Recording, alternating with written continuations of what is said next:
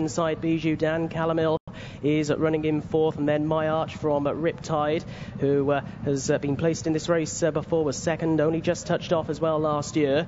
Go Amwell is racing a little wider out on the track, the 2008 runner-up, and then follow Jeu de Rosso from Maid of Meft. Stickleback at the back end of the field with the white sleeves, just getting a hurry-up call now from James Sullivan, and Galley Slave is the back marker.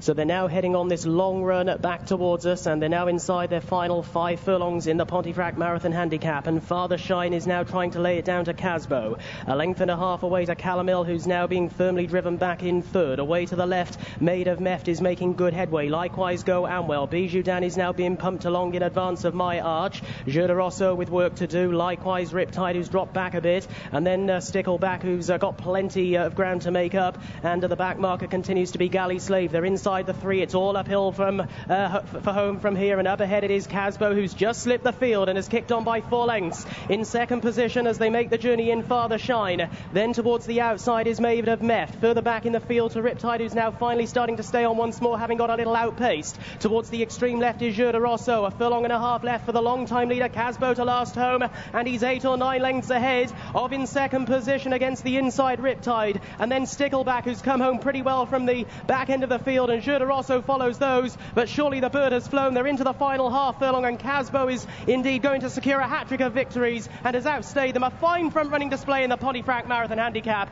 for Casbo. A great ride as well from Freddie Tylecki from the front. Stickleback up in second, Riptide through for third, My Arch next, and they were chased in by Jeu de Rosso.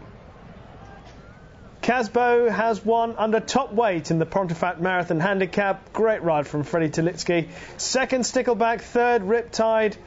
And we leave Pontefract because we're heading off to Kempton for their next race. The runners are down to the start for the Get the Bet Victor at British Stallion Studs EBF Maiden. 2 non-runners, number 2, Comitas, and 13, Faustina the Younger.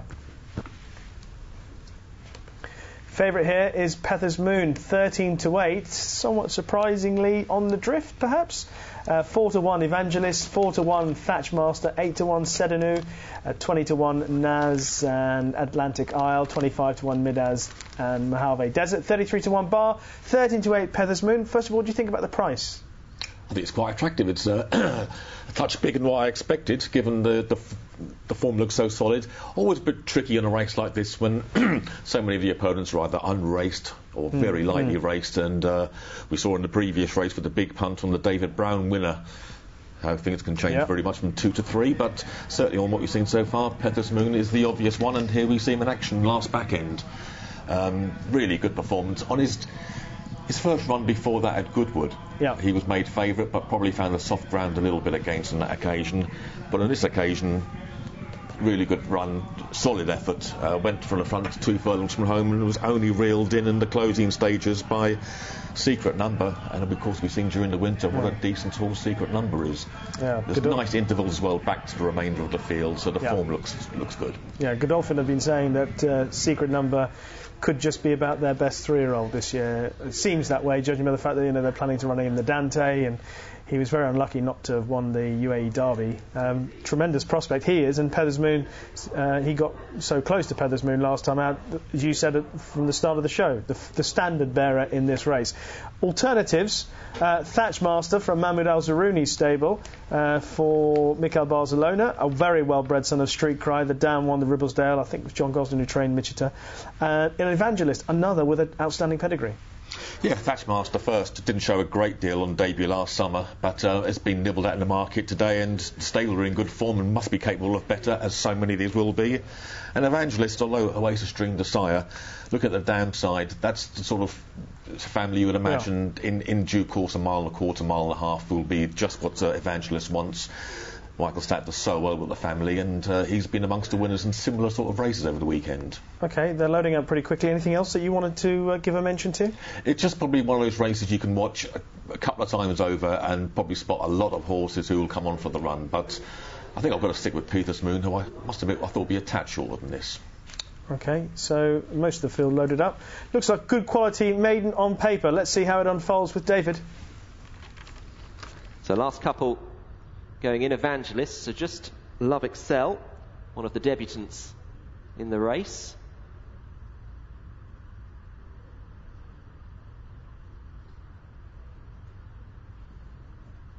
It's got stall 4. Love Excel goes in, they're ready. And they're off. Masquerading and Midas a touch slower than some of the others, but nothing dramatic. The Get the Bet Victor app, British Stallion Studs, EBF Maiden Stakes, and Pether's Moon is one of those that is prominent early. The red with the black spots. Thatchmaster, the All Godolphin blue, is up there in the front rank with the dark green Mojave Desert, light blue, yellow hoop Sedanu. Evangelist is just in behind. That's got the white face, the blue and red checked cap, the red cap purple colours close to the rail, Love Excel, with the distinguishing white cap Nars next in the field, with Atlantic Isle in the mid-pack, the red and green. Held up is Midas, that's the light green, the yellow cap of Masquerading, Algorithmic, the white and green at the back, with Investment Expert. Around about 7 lengths would cover the field. So about to turn right-handed, approaching their last half mile. And it's Pether's Moon and Richard Hughes to Evangelist and Ryan Moore, with the All Godolphin blue Thatchmaster and Mikhail Barcelona in 3rd place. Mojave Desert having to be pushed along by Kieran Fallon, Sedanu round the outside into 4th. Then Love Excel, that's in 6th place, and 7th Atlantic Isle. 8th is Midas, in 9th place is Nars. Turning for home, and they're inside the 3, and it's Pether's Moon that has it to Evangelist, Thatchmaster waiting in the wings. Over on the far side now, asks for an effort, Love Excel, the purple and red. Sedanu is still in 4th place, nothing yet from Atlantic Isle. It's Pether's Moon that has it, but here comes Evangelist with a strong challenge in the far side. Thatchmaster is trying to get into it as well, but Pether's Moon is quite tough inside the furlong for Richard Hughes. Thatchmaster trying to get through up the rail, but it's still Pether's Moon that is holding on from Thatchmaster. Nothing more from Evangelist in 3rd, and it is Pether's Moon, driven out by the champion jockey, will win. Puts the experience to good use and beats Thatchmaster into 2nd, Evangelist 3rd. Clear of Sedanu, very few got into this. The day for front runners, and next was Love Excel. Front runners have dominated all the races today at Kempton, and Pether's Moon, the favourite, has obliged for Richard Hughes and Richard Hannon. 2nd, Thatchmaster, and Evangelist back in 3rd. Once again, though, even though it has been front runners who have come to the fore, it is once again the fancied horses who have been ridden prominently. Yeah, I think Richard Hughes and Ryan Moore, looking at this race, they probably decided very early on to stake their claim early, go to the front. Richard Hughes has probably had to do a little bit more than he wanted originally to get to the front on Pether's Moon, but to get to the front he did. And although Evangelist was always close up and Thatchmaster was thrown in a strong challenge in the final furlong, Pether's Moon was probably always just doing enough. You see him from the head on here. Yeah, let's take a look at the head on, because there's seemingly from the side on there wasn't that much room for Thatchmaster to go through, but Mikhail Barcelona chose to go down the inside route, and Richard Hughes has kept his horse just encouraging enough the room, but not enough room seemingly to go. You have to be brave to go through that gap, don't you? Yeah, and from the side on it looked as if Mikhail Barcelona never had to stop riding, and there was always just enough gap to go through, but wasn't quite good enough to go through it. Just see it from the front, and we see it right towards the outside in the red with the black sleeves and red cap.